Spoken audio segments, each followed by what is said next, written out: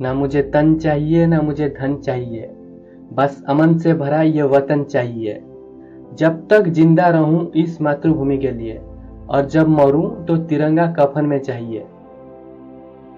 Hi friends, मेरा नाम है तुषार और आप सभी को साहू मोटिवेशन चैनल पर स्वागत है। दोस्तों, आज आपको कारगिल वार हीरो योगेंद्र सिंह यादव के बारे में बताऊंगा। कैप्टन योगेंद्र सिंह यादव का जन्म 10 मई 1980 को उत्तर प्रदेश के बुलंदशहर जिले औरंगाबाद अहिर गांव में एक सैनिक परिवार में जन्म हुआ था। उनके पिता रामकरण सिंह यादव ने 1965 और 1971 के भारत पाकिस्तान युद्ध में भाग लेकर कुमाऊं रेजिमेंट में अपनी सेवा की थी। पिता से 1962 भारत चीन युद्ध और 1965 और 1971 की भारत पाकिस्तान की युद्ध की कहानियां सुनकर बड़े हुए दोनों भाई भारतीय सेना में शामिल हो गए। इनके बड़े भाई जितेंद्र सिंह यादव ने भारतीय सेना में आर्टिलरी शाखा में है। यादव 16 साल और 5 महीने की उम्र में ही भारतीय सेना में शामिल हो गए थे। जब कारगिल का युद्ध शुरू हुआ वर्ष 1999 में, तब योगेंद्र शादी करने के लिए अपने घर छुट्टी पर आए थे। 5 मई को उनकी शादी थी और 20 मई को वो वापस जम्मू ट्रांजिट के अंदर पहुंचना था। तो पता चलता है उसकी बटालियन, जो कि कश्मीर वैली के अंदर एक उग्रवादी के ऊपर ऑपरेशन चला रहे थे, उनको वहां से उठाकर द्रास सेक्टर में भेज दिया गया और यादव 22 मई को अपनी यूनिट ज्वाइन करती है। कारगिल का युद्ध शुरू हुआ। 22 दिन तक पहाड़ी के ऊपर लड़ाई लड़ती है और 22 दिन में बहुत सारे जवानों को खोया। तब जाकर 12 जून 1999 को हिंदुस्तान ने पहले सफलता के रूप में तोलोलिंग पहाड़ी को प्राप्त किया। उस लड़ाई के दौरान योगेंद्र और उसके 2 साथियों को एक टास्क मिला था। अपनी टीम को नीचे से ऊपर तक एम्यूनेशन और राशन पहुंचाना है। और 22 दिन तक वो 3 ही ऐसे सैनिक थे जो कंटिन्यू चलते थे। सुबह 5:30 बजे चलते थे और रात को 2:30 बजे पहुंचते थे, फिर 2 घंटे में वापस आते थे। इस काम के बदौलत तीनों सैनिक की एक नई पहचान बनी कि ये तीनों लड़के फिजिकली और मेंटली बहुत ही स्ट्रांग है। इनको कहीं दूसरी टुकड़ी के अंदर शामिल किया जाए। फिर जब युद्ध खत्म हुआ तो फिर दूसरे मिशन की तैयारी शुरू हुई। तो द्रास सेक्टर की सबसे ऊंची चोटी टाइगर हिल टॉप, उसको फतेह करने की मिशन दिया गया। बटालियन कमांडर कुशल चंद ठाकुर को यह मिशन की कमांड दी गई। 2 जुलाई को टाइगर हिल टॉप पर चढ़ना शुरू किया और जो सबसे पहले आगे थी घातक प्लाटून फोर्स, उस पहाड़ी पर सिर्फ रात को चढ़ सकते थे, क्योंकि दिन में दुश्मनों ने दूर से देखकर बर्बाद कर सकते थे। इसलिए रातों रात चढ़ाई शुरू की गई। 2 रात और 1 दिन की चढ़ाई चढ़ने के बाद तीसरी रात की और सुबह की वक्त तभी दुश्मनों ने दोनों तरफ से हमला कर दिया।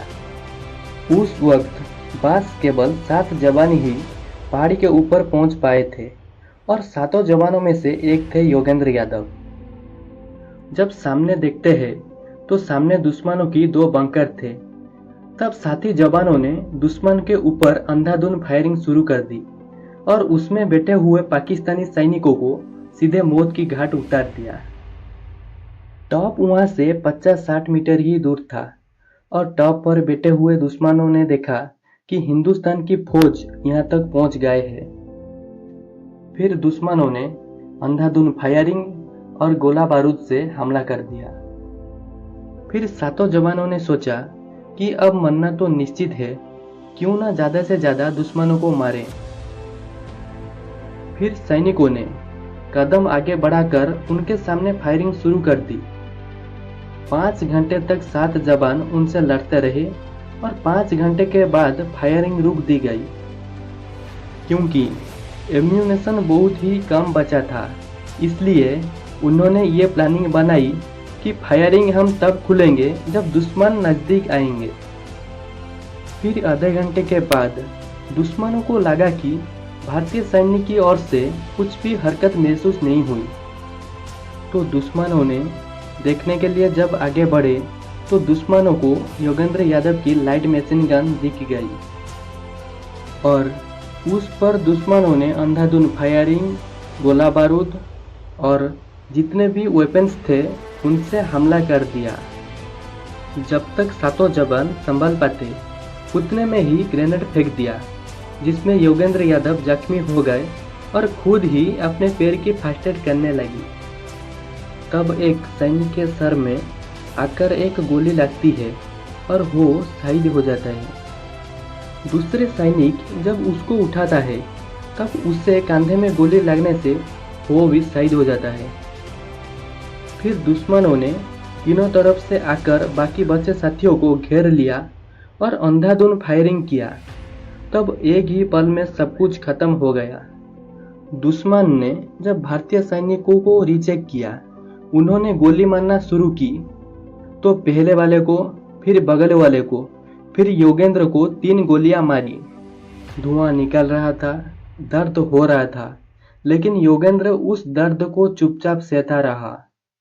फिर जब दुश्मन गोली मारकर चले गया तो उनको यकीन हुआ इनमें से कोई जिंदा है।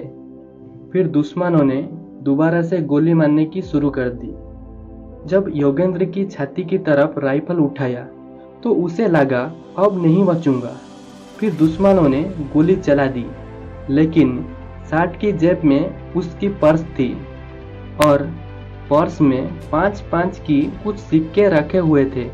तो गोली जाकर 5 की सिक्के में टकराया तो उन्हें लगा मैं तो मर गया।